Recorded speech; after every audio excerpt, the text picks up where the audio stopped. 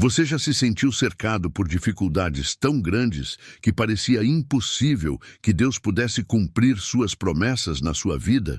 Já olhou ao redor e viu apenas adversidades, obstáculos, pessoas contrárias aos seus sonhos, e perguntou-se se realmente o Senhor está vendo o que você está passando? Hoje vou compartilhar com você uma descoberta que transformou minha compreensão sobre como Deus age exatamente quando estamos rodeados de impossibilidades. Prepare seu coração, porque o que você vai ouvir combina verdade espiritual com descobertas históricas fascinantes que confirmam. Deus não apenas vê sua batalha, Ele está escrevendo sua vitória enquanto seus inimigos assistem. Vamos ler juntos o Salmo 138 completo e depois mergulhar em cada revelação que este texto sagrado carrega.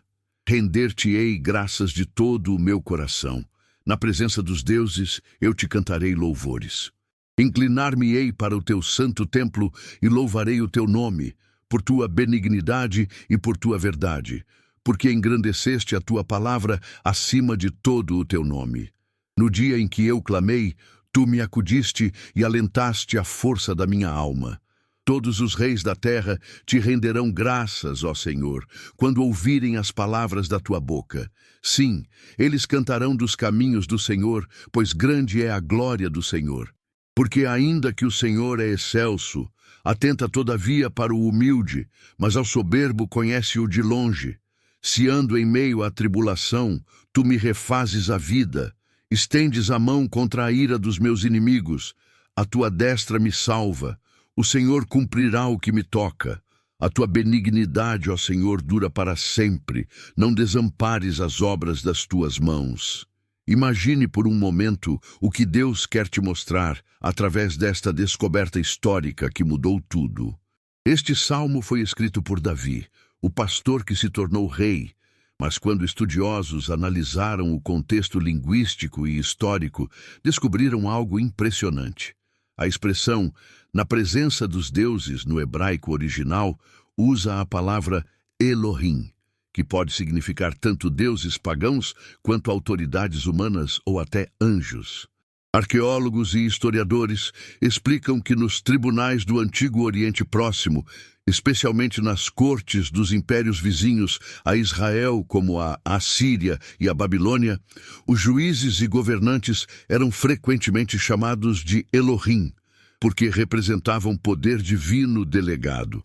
Então Davi está declarando algo revolucionário para aquela época. Ele vai louvar o Deus verdadeiro exatamente onde os outros poderes tentam se impor. Para entendermos a profundidade disso, precisamos saber que naquela época, há aproximadamente 3.000 anos, quando você entrava na presença de autoridades estrangeiras ou de culturas politeístas, era esperado que você prestasse reverência aos seus deuses e sistemas de poder. O contexto cultural explica que negar isso poderia significar sua morte. Recentes escavações em Nínive e outros sítios arqueológicos revelaram que os palácios assírios tinham câmaras específicas onde estátuas de divindades eram posicionadas, e todos que entrassem tinham que fazer reverência. Antropólogos culturais revelam que recusar-se a isso era considerado não apenas heresia religiosa, mas traição política.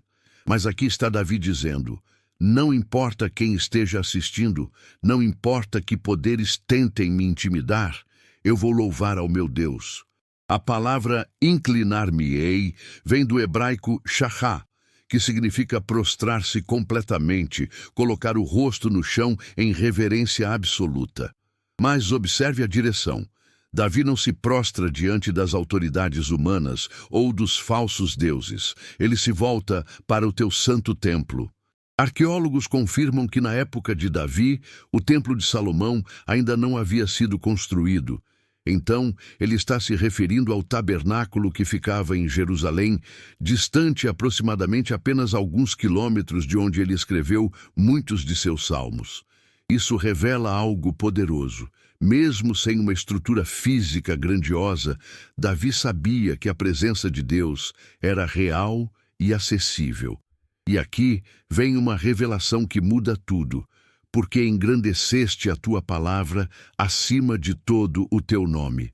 A palavra hebraica para engrandeceste é gadal, que significa fazer crescer, magnificar, tornar maior. Especialistas em linguística hebraica explicam que isso era extraordinário, porque no pensamento antigo do Oriente Próximo, o nome de uma divindade era considerado a expressão máxima de seu poder. Documentos da época, como as tábuas cuneiformes da Mesopotâmia, confirmam que conhecer o nome de um Deus era ter acesso ao seu poder. Mas Davi está declarando que Deus elevou sua palavra, suas promessas, sua aliança, acima até mesmo da reverência ao seu próprio nome. Isso significa que o que Deus prometeu a você tem a mesma autoridade que sua própria existência. Agora chegamos ao versículo 3, e aqui está o que mais impressiona tanto na verdade espiritual, quanto nas descobertas sobre práticas antigas de oração. No dia em que eu clamei, tu me acudiste e alentaste a força da minha alma. A palavra acudiste vem do hebraico anar, que significa responder, mas não apenas responder verbalmente, significa intervir ativamente. E alentaste é rahab no original, que literalmente significa agir com força orgulhosa, com confiança imperiosa. Deus não apenas consolou Davi, ele injetou nele uma força interior tão poderosa que transformou sua alma. Antropólogos que estudam a guerra antiga explicam que soldados enfrentavam o que hoje chamamos de trauma pós-combate, e líderes como Davi precisavam de uma fonte sobrenatural de coragem para continuar. E Deus foi essa fonte. Mas aqui vem o plot twist histórico, que por séculos não entendíamos completamente. Davi diz no versículo 4, todos os reis da terra te renderão graças, ó Senhor, quando ouvirem as palavras da tua boca. Historiadores explicam que no período do reinado de Davi, aproximadamente entre 1010 e 970 anos antes de Cristo, Israel estava cercado por superpotências, o Egito ao sul, os filisteus na costa, os arameus ao norte, Amon e Moabe a leste. Cada um desses reinos tinha suas próprias divindades e sistemas religiosos complexos. Recentes análises de correspondência diplomática daquela época, preservada em tábuas de argila, revelam que era absolutamente incomum que um rei declarasse que outros reis louvariam seu Deus. Mas Davi tinha uma revelação. A verdade de Deus é tão poderosa que até mesmo aqueles que se opõem a ela terão que reconhecê-la. E olhe o versículo 6, porque aqui está uma verdade que desafia toda a lógica humana, porque ainda que o Senhor é excelso, atenta todavia para o humilde, mas ao soberbo conhece-o de longe. A palavra excelso é rum, em hebraico, significando literalmente estar no ponto mais alto possível. A palavra humilde é shaphal, que significa estar rebaixado, abatido, sem posição social. Para aquela sociedade estratificada, onde reis, nobres, sacerdotes e comerciantes tinham acessos diferentes aos templos e aos deuses, isso era revolucionário. Arqueólogos descobriram que nos templos pagãos contemporâneos, apenas certas classes podiam entrar em certas áreas. Mas o Deus de Israel, embora seja o mais alto, se inclina para ver o mais baixo. E ao soberbo, aquele que se exalta, Deus conhece de longe. A palavra hebraica yada significa conhecer intimamente, mas usada aqui com de longe, revela que Deus mantém distância do orgulhoso. Agora chegamos ao verso 7, e aqui está a promessa que você precisa gravar em seu coração hoje. Se ando em meio à tribulação, tu me refazes a vida, estendes a mão contra a ira dos meus inimigos, a tua destra me salva. Observe que Davi não diz se, no sentido de possibilidade, mas de certeza temporal. A palavra hebraica in aqui expressa quando eu andar, porque ele sabe que tribulação virá. e a palavra tribulação é tsara no original, que significa aperto, estreiteza, angústia que comprime. Engenheiros que estudam estruturas antigas explicam que quando uma construção está sob pressão, ela precisa de reforço interno. É exatamente isso que Deus faz. Tu me refazes a vida. No hebraico é shayá, que significa reviver, reanimar, preservar vivo. Mas veja a estratégia de Deus contra seus inimigos. Estendes a mão contra a ira dos meus inimigos. Especialistas em guerra antiga explicam que quando um rei estendia a mão no campo de batalha, isso era sinal de comando direto. Deus não está apenas observando sua batalha, Ele está intervindo diretamente.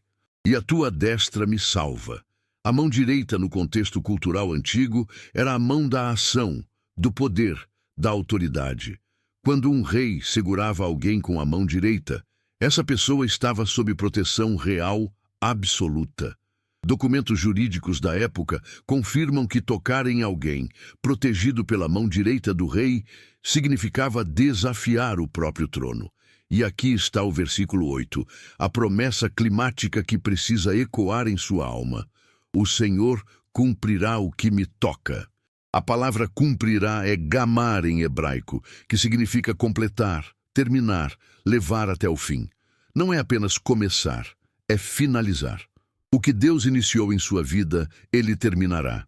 E o que me toca, a palavra hebraica ao, significa concernente a respeito de, em favor de. Tudo que diz respeito à sua vida, ao seu propósito, ao seu destino, Deus levará até a conclusão vitoriosa. E então vem a base dessa garantia. A tua benignidade, ó Senhor, dura para sempre. A palavra benignidade é chesed, uma das palavras mais ricas do hebraico, significando amor fiel, lealdade da aliança, bondade comprometida.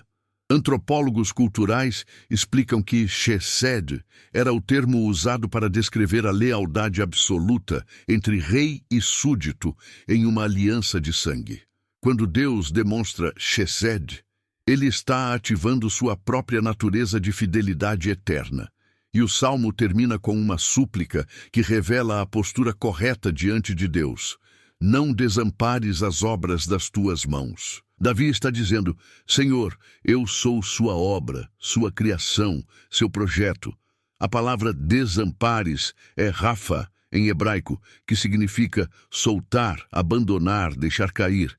E obras das tuas mãos nos lembra que somos criação divina, projeto divino, propósito divino. Arqueólogos que estudam artefatos antigos explicam que artesãos da época assinavam suas obras, marcavam suas criações. Você tem a assinatura de Deus em sua vida, e Ele não abandona o que Ele mesmo criou. Agora, imagine-se naquela época quando Davi escreveu este salmo. Historiadores explicam que ele provavelmente estava fugindo de Saul, ou enfrentando rebeliões internas, ou guerreando contra nações vizinhas. Em qualquer dessas situações, ele estava literalmente cercado por inimigos.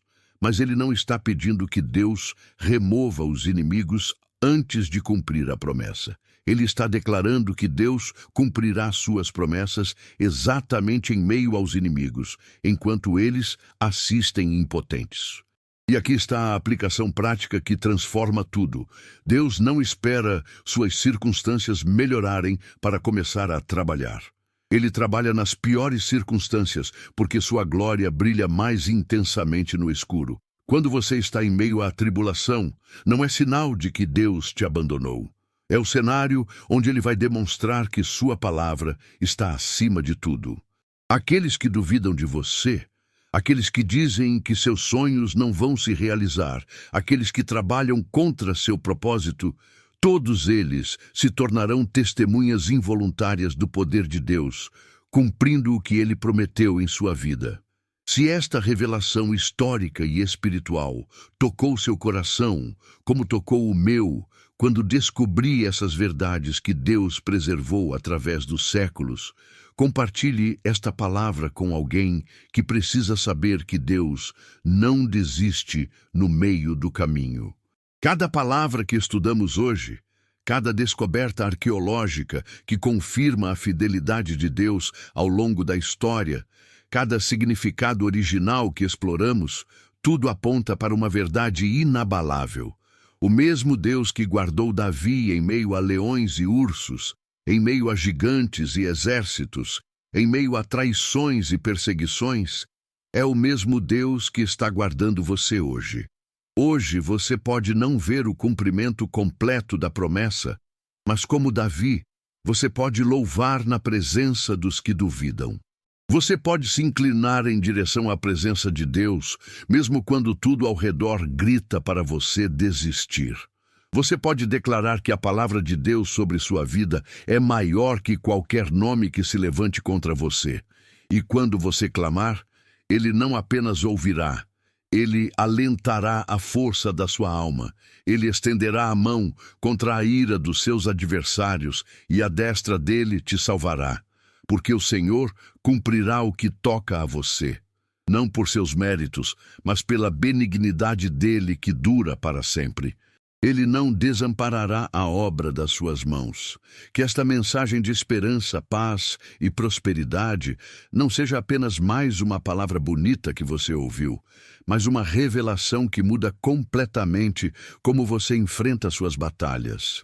A paz que Jesus oferece não é a ausência de inimigos, é a presença de Deus em meio a eles. A prosperidade verdadeira não é a ausência de tribulação, é a vida sendo refeita enquanto você caminha através dela.